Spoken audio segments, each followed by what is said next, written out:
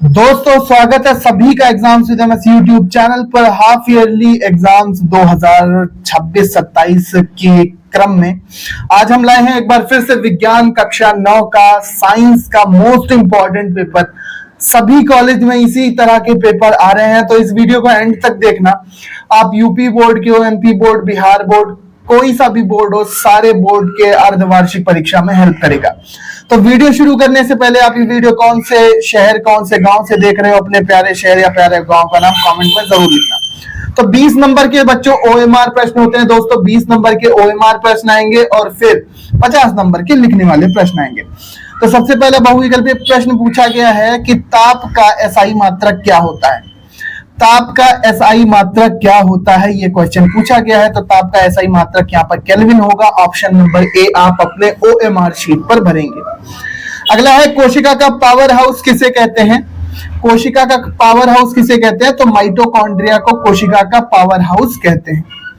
अगला प्रश्न है दालों से हमें क्या प्राप्त होता है।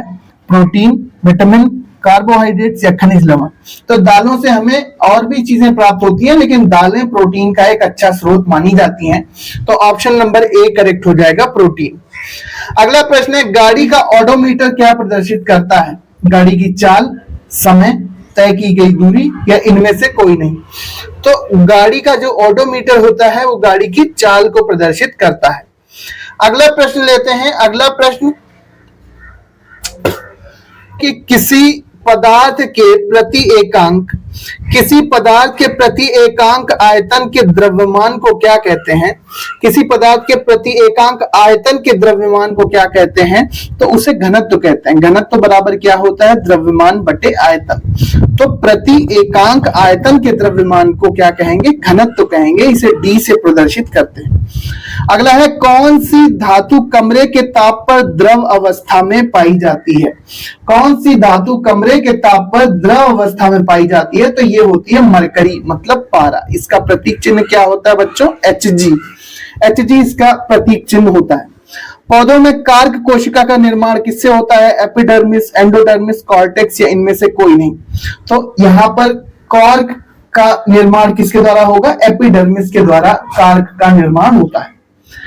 अगला है हमारे पास मीटर पर सेकेंड या मीटर सेकेंड किसका मात्रक है। मीटर प्रति सेकंड या मीटर पर सेकंड किसका मात्रक है। देखो मीटर प्रति सेकंड किसका मात्रक होता है, वेग का।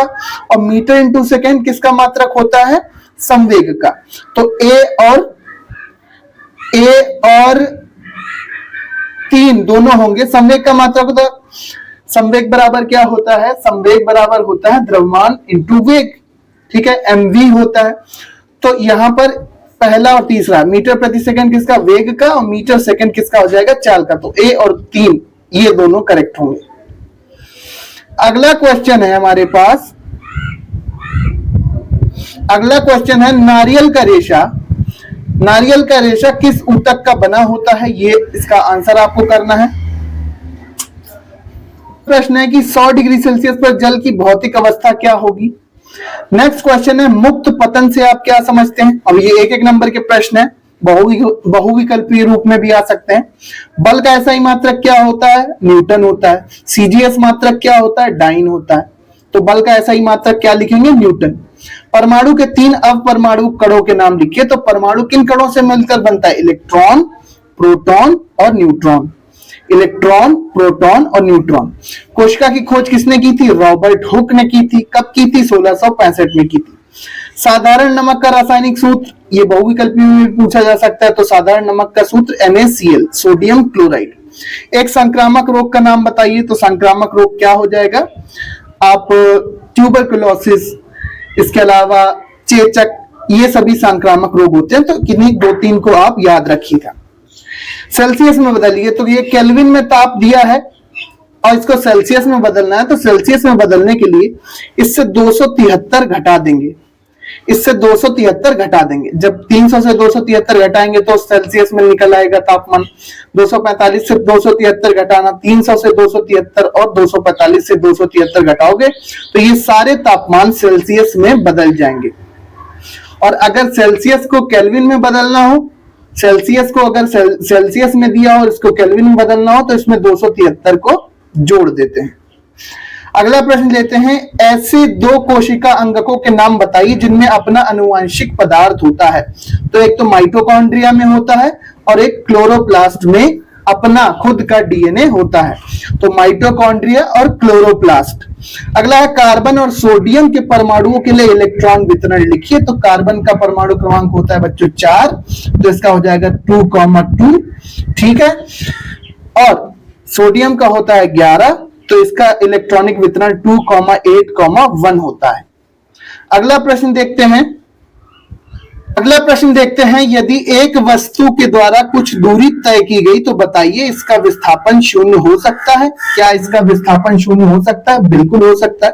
यदि हाँ तो अपने उत्तर को उदाहरण से समझाइए। मान लीजिए कोई एक वस्तु यहां से चली, यहां गई, यहां गई, यहां गई और फिर वहीं पर लौट आई, तो यहाँ पर विस्थापन तो हुआ ही नहीं। विस्थापन तो होता है एक स्थान से दूसरे स्थान पर चला जाए। दूरी तय हुई है लेकिन वस्तु अगर पुनः उसी स्थान पर आ गई है तो विस्थापन, डिस्प्लेसमेंट नहीं होगा, जबकि दूरी चली गई है। इसलिए विस्थापन शून्य होगा, लेकिन दूरी चली गई है। मान लीजिए 5 मीटर था, 6 मीटर, 7 मीटर, 5, 6, 11, 7, 18 मीटर और 5, 23 मीटर दूरी चली गई, लेकिन वस्तु वहीं पर वापस लौट आई, तो विस्थापन शून्य होगा। आवश्यक शर्त है कि वस्तु ए पॉइंट से लेकर बी पॉइंट तक विस्थापित हो, ठीक है। अगर फिर से वहीं पर घूम फिर के लौट आएगी वस्तु तो विस्थापन शून्य ही रहेगा, जबकि दूरी चली गई है। न्यूरॉन यानी कि तंत्रिका कोशिका का नामांकित चित्र बनाइए। इस तरह से आप जानते हैं कि तंत्रिका कोशिका बनती है, ठीक है। सिंपल सा चित्र होता है, डायग्राम, वो आप बनाएंगे। इसके बाद बहुपरमाणुक आयन क्या होते हैं? ऐसे आयन जिसमें 2 या 2 से अधिक परमाणु हो और वो आयनिक अवस्था में हो, जैसे सल्फेट आयन, जैसे इसमें देखो नाइट्रोजन है, हाइड्रोजन है और NH4 1 पॉजिटिव अमोनियम आयन, तो ये बहुपरमाणुक आयन होंगे। ऐसे आयन जिसमें 2 या 2 से अधिक परमाणु होते हैं और उस पर कुछ पॉजिटिव या नेगेटिव आवेश होता है, उन्हें बहुपरमाणुक आयन कहते हैं। पादप और जंतु कोशिका में अंतर लिखेंगे 3 नंबर में। किसमें अधिक बल की आवश्यकता होगी? 2 किलोग्राम द्रव्यमान वाली वस्तु को 5 मीटर पर सेकंड स्क्वायर के दर से त्वरित करने में, या 4 किलोग्राम की द्रव्यमान वाली वस्तु को 2 मीटर पर सेकंड स्क्वायर के त्वरण में त्वरित करने के लिए? अब ये न्यूमेरिकल है, आपको मैं ये टारगेट दे रहा हूं कि इसका आंसर आप कमेंट सेक्शन में बताओ। अगला क्वेश्चन है, यदि किसी तत्व का Z यानी परमाणु क्रमांक 11 है तो बताइए तत्व का नाम। 11 किसका होता है? सोडियम का होता है। तत्व का इलेक्ट्रॉन वितरण क्या हो जाएगा? 2,8,1। संयोजकता कितनी हो जाएगी? संयोजकता इसकी 1 होगी। क्षारीय मृदा धातु है तो इसकी संयोजकता कितनी होगी? 1 होगी। क्षार धातु है, ठीक है, क्षार धातु है तो इसकी संयोजकता 1 होगी। प्रत्येक का उदाहरण लिखिए। निम्न में प्रत्येक का उदाहरण लिखिए। यौगिक, तो भाई यौगिक क्या होते हैं? जिसमें 2 या 2 से अधिक परमाणु भाग ले, जैसे जल क्या है? एक यौगिक है। तरल संयोजी ऊतक, ब्लड जो रक्त होता है वो तरल संयोजी ऊतक होता है। एक कोशिकीय जीव जैसे बैक्टीरिया हो गए, अमीबा हो गया, पैरामीशियम हो गया, ये सभी एक कोशिकीय जीव है। तो एक एक उदाहरण लिखना है। अगला प्रश्न है हमारे पास कि भौतिक व रासायनिक परिवर्तन को छाटिए। पौधों में वृद्धि क्या है भाई? जो पौधों में वृद्धि है वो कैसा परिवर्तन है? भौतिक या रासायनिक? तो ये भौतिक परिवर्तन नहीं है, रासायनिक परिवर्तन होगा, क्योंकि इसको रिवर्स नहीं किया जा सकता। लोहे में जंग लगना है, भौतिक परिवर्तन है। भोजन का पाचन, रासायनिक परिवर्तन। जल से बर्फ बनना, भौतिक परिवर्तन। लोहे के चूर्ण और बालू को मिलाना, भौतिक परिवर्तन। मोमबत्ती का जलना, रासायनिक परिवर्तन। अगला है, गति के तृतीय नियम की उचित उदाहरण द्वारा व्याख्या कीजिए। इस नियम को और किस नाम से जाना जाता है? तो तृतीय नियम को क्रिया प्रतिक्रिया का नियम भी कहते हैं। निम्न पर संक्षिप्त टिप्पणी लिखिए। अंतरा फसलीकरण, पशुपालन, रंध्र के कार्य, स्टोमेटा के कार्य। स्टोमेटा, रंध्र का मतलब स्टोमेटा। अगला है, किन्हीं 3 के रासायनिक सूत्र लिखिए। सोडियम ऑक्साइड, तो सोडियम ऑक्साइड का सूत्र क्या हो जाएगा? एक सेकेंड। सोडियम ऑक्साइड का सूत्र हो जाएगा Na2O। एल्यूमिनियम क्लोराइड का क्या हो जाएगा? AlCl3। मैग्नीशियम का सूत्र क्या हो जाएगा? Mg। कैल्शियम कार्बोनेट का सूत्र क्या हो जाएगा? CaCO3। तो ये सूत्र हो गए। किन्हीं 3 के लिखने थे, मैंने सभी के आपको बता दिए। पादप कोशिका का स्वच्छ नामांकित चित्र बनाइए 4 नंबर में। अंतर बताइए मिश्रण और यौगिक में, समस्थानिक और संभारिक में। समस्थानिक और संभारिक में अंतर पता होना चाहिए कि ऐसे तत्व जिनके परमाणु क्रमांक समान लेकिन परमाणु द्रव्यमान भिन्न भिन्न हो तो उन्हें समस्थानिक कहते हैं। जबकि संभारिक क्या होते हैं कि ऐसे तत्व जिनके परमाणु क्रमांक डिफरेंट हो लेकिन परमाणु भार समान हो उन्हें संभारिक कहते हैं। एक न्यूमेरिकल आएगा कि 33 ग्राम कार्बन 8 ग्राम ऑक्सीजन में मिलकर 11 ग्राम CO2 का निर्माण करता है। जब 3 ग्राम कार्बन को 5 ग्राम ऑक्सीजन से में जलाएंगे तो कितने ग्राम CO2 का निर्माण होगा?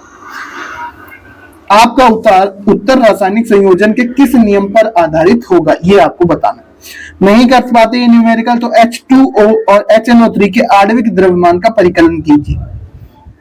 आपको निकालना आता होगा। अणुभार कैसे निकालते हैं? जैसे H2O का निकालना है तो इसके हाइड्रोजन का 1 लेते हैं, ठीक है, 1 + 1 हो जाएगा और 16, तो इसका परमाणु भार कितना आ जाएगा? 18। इसी तरह से आप HNO3 का कैलकुलेट करके हमें कमेंट बॉक्स में बताओ। अगला प्रश्न दिए गए चित्र में 3 वस्तुएं A, B, C दूरी समय ग्राफ प्रदर्शित करती हैं। ग्राफ का अध्ययन निम्न प्रश्नों के उत्तर दीजिए। ग्राफ का अध्ययन कीजिए और निम्न प्रश्नों के उत्तर दीजिए। क्या ये तीनों किसी भी समय सड़क के एक बिंदु पर होंगे? जिस समय B A से गुजरती है उस समय C की कुल तय की गई दूरी, और जिस समय B C से गुजरती है उस समय A की कुल तय की गई दूरी। इसके बाद एक प्रश्न है, किसका जड़त्व अधिक होगा, एक साइकिल या एक रेलगाड़ी का? तो रेलगाड़ी का। जिसका द्रव्यमान अधिक उसका जड़त्व अधिक। एक रबर की गेंद या एक उसी आकार का पत्थर? तो पत्थर का होगा। हम एक लकड़ी के एक बक्से को 200 न्यूटन बल लगाकर उसे नियत वेग से फर्श पर धकेलते हैं तो फर्श पर लगने वाला घर्षण बल निकालना है। अगला क्वेश्चन है हमारे पास, रिक्त स्थानों की पूर्ति कीजिए।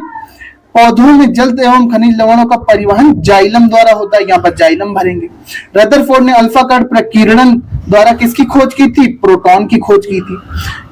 किसी वस्तु की गति का समान या असमान उसकी किस पर निर्भर करता है?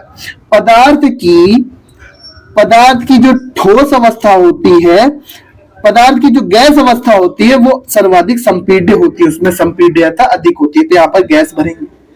अगला क्वेश्चन है, निम्न के कारण बताइए। यदि हम एक पेड़ की शाखाओं को जोर से हिलाने लगे तो कुछ पत्तियां अलग हो जाती हैं, तो ये जड़त्व के नियम पर आधारित है। दूध एक अशुद्ध पदार्थ है, यानी दूध कई पदार्थों का मिश्रण है, इसमें कोई एक ही पदार्थ नहीं होता, इसलिए अशुद्ध पदार्थ कहेंगे। हम गर्मियों में सूती वस्त्र पहनते हैं, सफेद कलर या हल्के रंग के कपड़े पहनते हैं क्योंकि उसमें जो ऊष्मीय विकिरण होता है उसका परावर्तन हो जाता है जिससे हमें गर्मी कम लगती है, तो ये लिखेंगे।